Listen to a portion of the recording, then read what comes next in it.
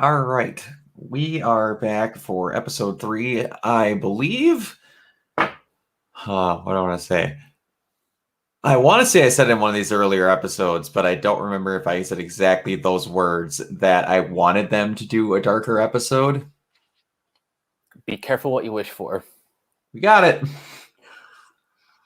This week's episode asks the question, what if the world lost its mightiest heroes? Now, apparently this one was based on a Marvel tie-in comic from 2012 called Fury's Big Week.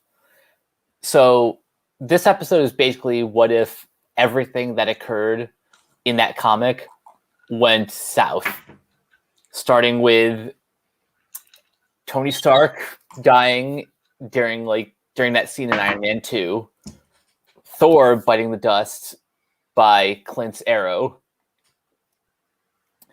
and let's see, the Hulk gets exploded. Has major heartburn. And what are some of the others? Clint gets. I don't know if they ever actually explained what happened to Clint. He went inside him and something happened, and then Natasha got beat down, I guess is the best way to put it. Yeah. So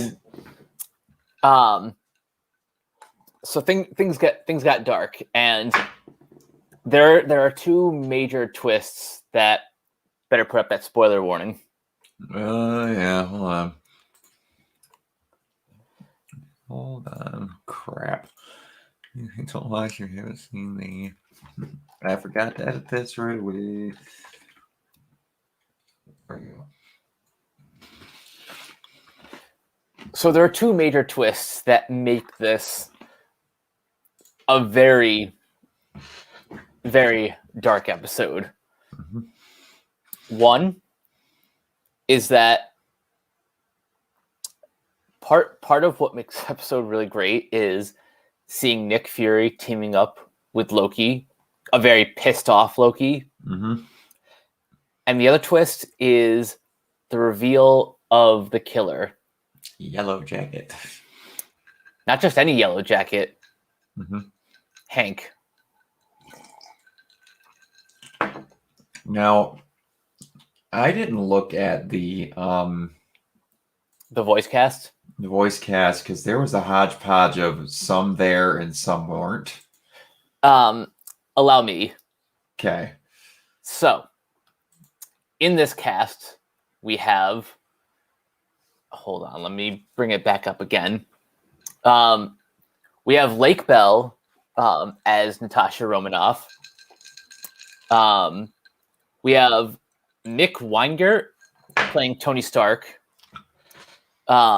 Stephanie Panicello as Betty Ross. Mike Gill as Thunderbolt Ross. Alexandra Daniels as Carol Danvers, when Captain Marvel kind of shows up at the last minute. Mm-hmm. And there's like a couple, there are a couple like additional voices, but some of the people reprising their roles are obviously Samuel L. Jackson, Michael Douglas, Clark Gregg, Frank Grillo, who I'm surprised he made a return for this. I am too. Jeremy Renner, Mark Ruffalo, and Tom Hiddleston as Loki, and Jamie Alexander comes back as Sif. Yeah. I'm happy that even though she only got one line, that she was able to come back. She's getting all the Sif she can get. You got her back for Loki, so. And she will be in Love and Thunder. Yeah. So I'm happy. We haven't seen the last of her. Yeah. Happy we're getting more work, because I always did like her, and I was not a fan of the amnesia storyline that was in Agents of S.H.I.E.L.D., where she kind of like didn't know who she was, or whatever that nonsense was. Ugh. I didn't watch it. I heard about it. Yeah, it sounded dumb. I heard about that too. But yeah, we you got to see like the murder mystery happening behind all of this. And like I partially got spoiled on this and partially didn't because it's like I saw Hank Pym as Yellow Jacket show up in my newsfeed along with something else for the next one.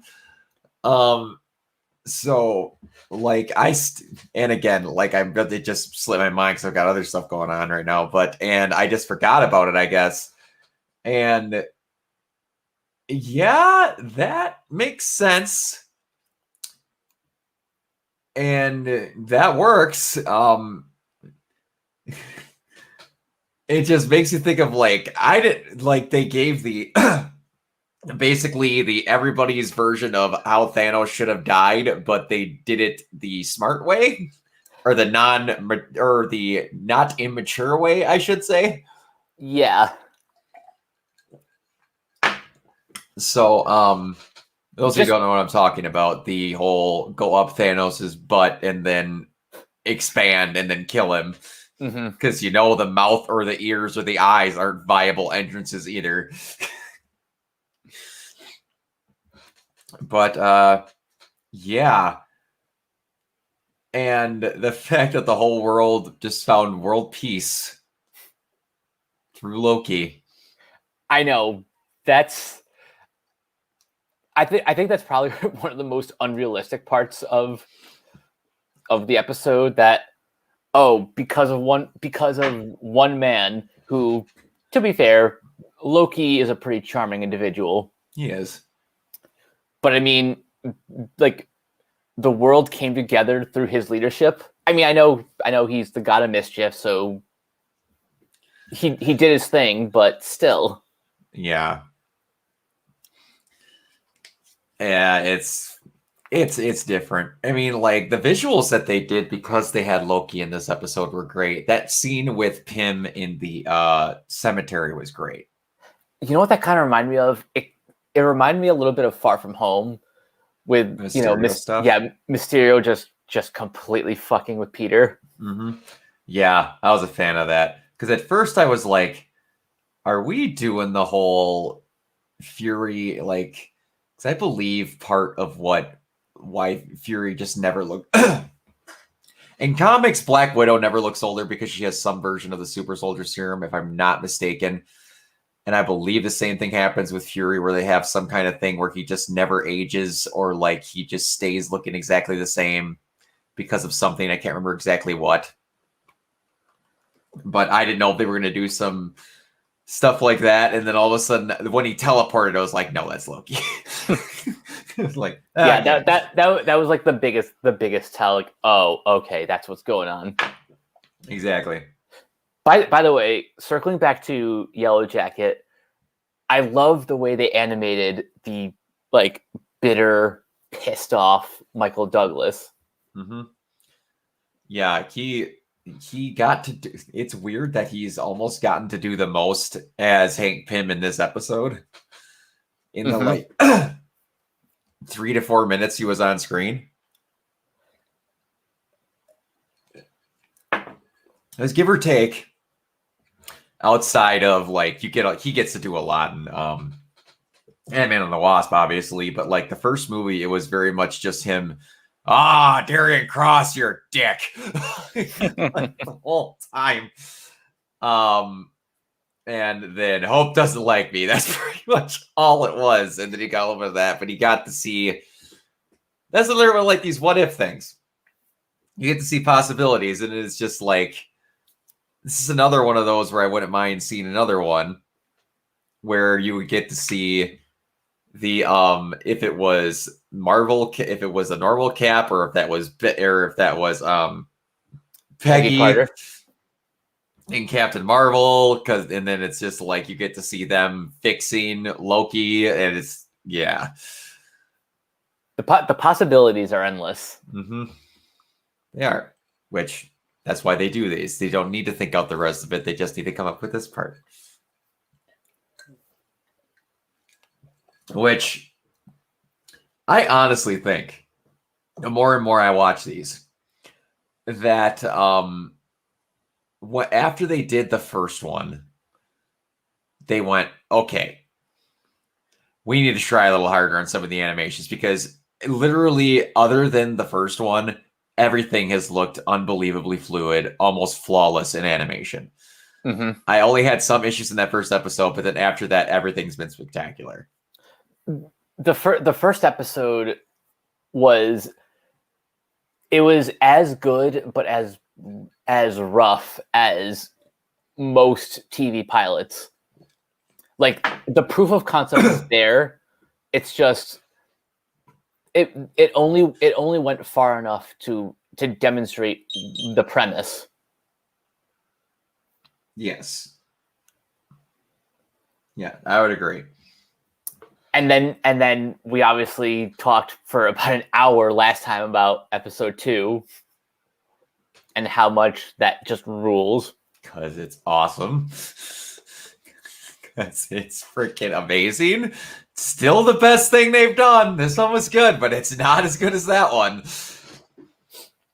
This episode, it almost feels like it was written with, everyone's kind of common criticisms of the MCU in mind. Mm-hmm. Like, oh, there's too many jokes, or no stakes because comic books. And this is like, oh yeah, I'll show you stakes. Mm-hmm. Cracks the knuckles. Let's go. Exactly. Kicked all that crap to the curb. No joking, no fussing around. It's just go time the entire way through. And it's not like there was no levity. Lake Bell, for most people, has become more well known for playing the snarky, the snarky bisexual Poison Ivy.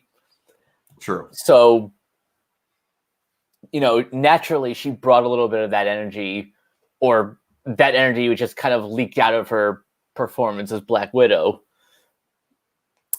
Also, I love Clark's or Coulson's password. Oh yeah, I heard Steve's team were like their fascination with seeing how good Thor looked. He smells like lavender, even though he's dead. They do have really good humor in all these, so I will give them that. No matter what, they have a different type of humor in these than they normally do in the MCU.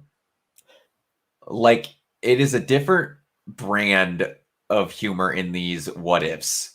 I can't explain why, but there's just something about humor in animation, even in shows that aren't intended to be straight comedies, like Young Justice, or a lot of the action shows from the 90s and 2000s. Well, they just have this really sharp sense of humor.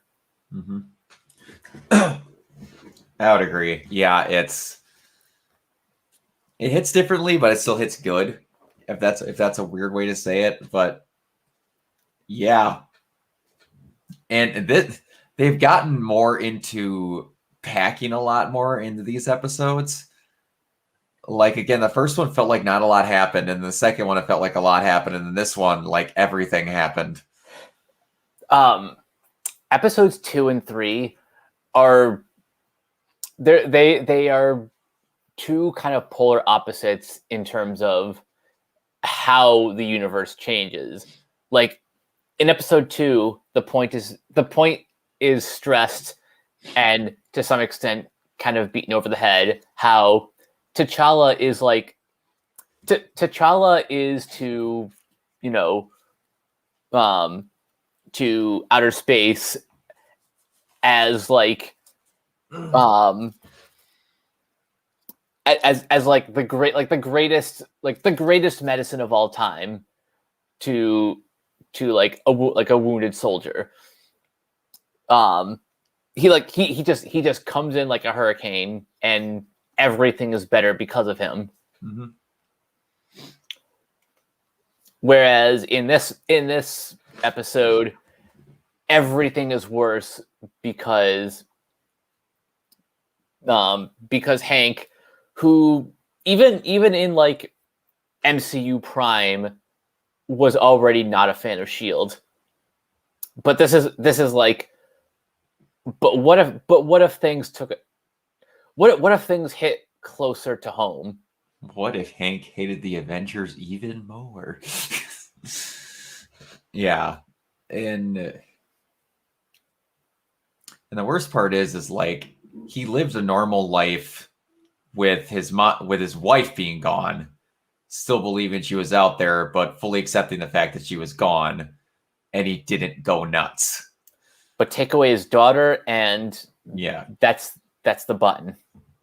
Yeah, they had to get the other part of his family gone, and then he finally went over. It's funny, you can make a guy seem like an asshole without making him beat his wife. For those of you that don't know, go look up some dumb old Marvel comics. Stupid. Just stupid. But yeah, it's they're really good. And you said earlier about conveying emotions through animation.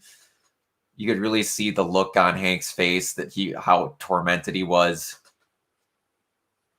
And they had to consistently make sure that his mask was off so that you could see how tormented he was. Mm-hmm. I always love that. He needs to show emotion. Take the damn helmet off, even though it makes no sense. Oh, yeah. But, excuse me. Man, my throat's killing me today. Yeah, this is good. They're kind of already hit their stride in how to do these in like the second one. And now the third is still good. And what I've heard, the fourth is really freaking good. So yeah, I'm very much looking forward to the fourth episode. I'll reveal the title once we get there. But for now, really quick before we sign out of here, I imagine you and I are on the same page of how we rank these. It would go, for me at least, it's 2, then 3, then 1. Yeah. Yep, I'd say the same. I think the reason why I prefer 2 over 3 is because it's more optimistic. Mm-hmm. Like it's weird, but if this didn't take place in the MCU, or if the MCU kind of did like their version of DC's Identity Crisis, this would be really good. Mm-hmm. As like a more fully fleshed out feature. But as it is, it only doesn't live up to just one of the best things that Marvel's ever done. Mm-hmm. Yeah, it's like, oh damn it, it's not as good as near perfection. Oh no. Yeah, no, it's that they haven't done a bad one of these, so and with they can't really break any rules or like disappoint, in my opinion, disappoint you, or they've kind of made a formula to not disappoint, because it's like you can't say that this isn't what it wasn't supposed to be because they're saying what it's supposed to be. If you get what I'm trying to say. Yeah, I'm kind of following. Yeah, but it's like you could say it's not what you wanted, but it's a what if. So it's not what you wanted, it's what they wanted it to be. Like you could say they didn't like it, it's just that it's like that's not how it should have been. I'm like, that's the whole point. That's the whole point. Exactly. It's like, I wish you would have took down Loki at the end. Oh well, that wasn't what they were going for. So yeah, it's weird that these are only half an hour long, and it's like I don't got a whole lot else to go over. We basically covered it.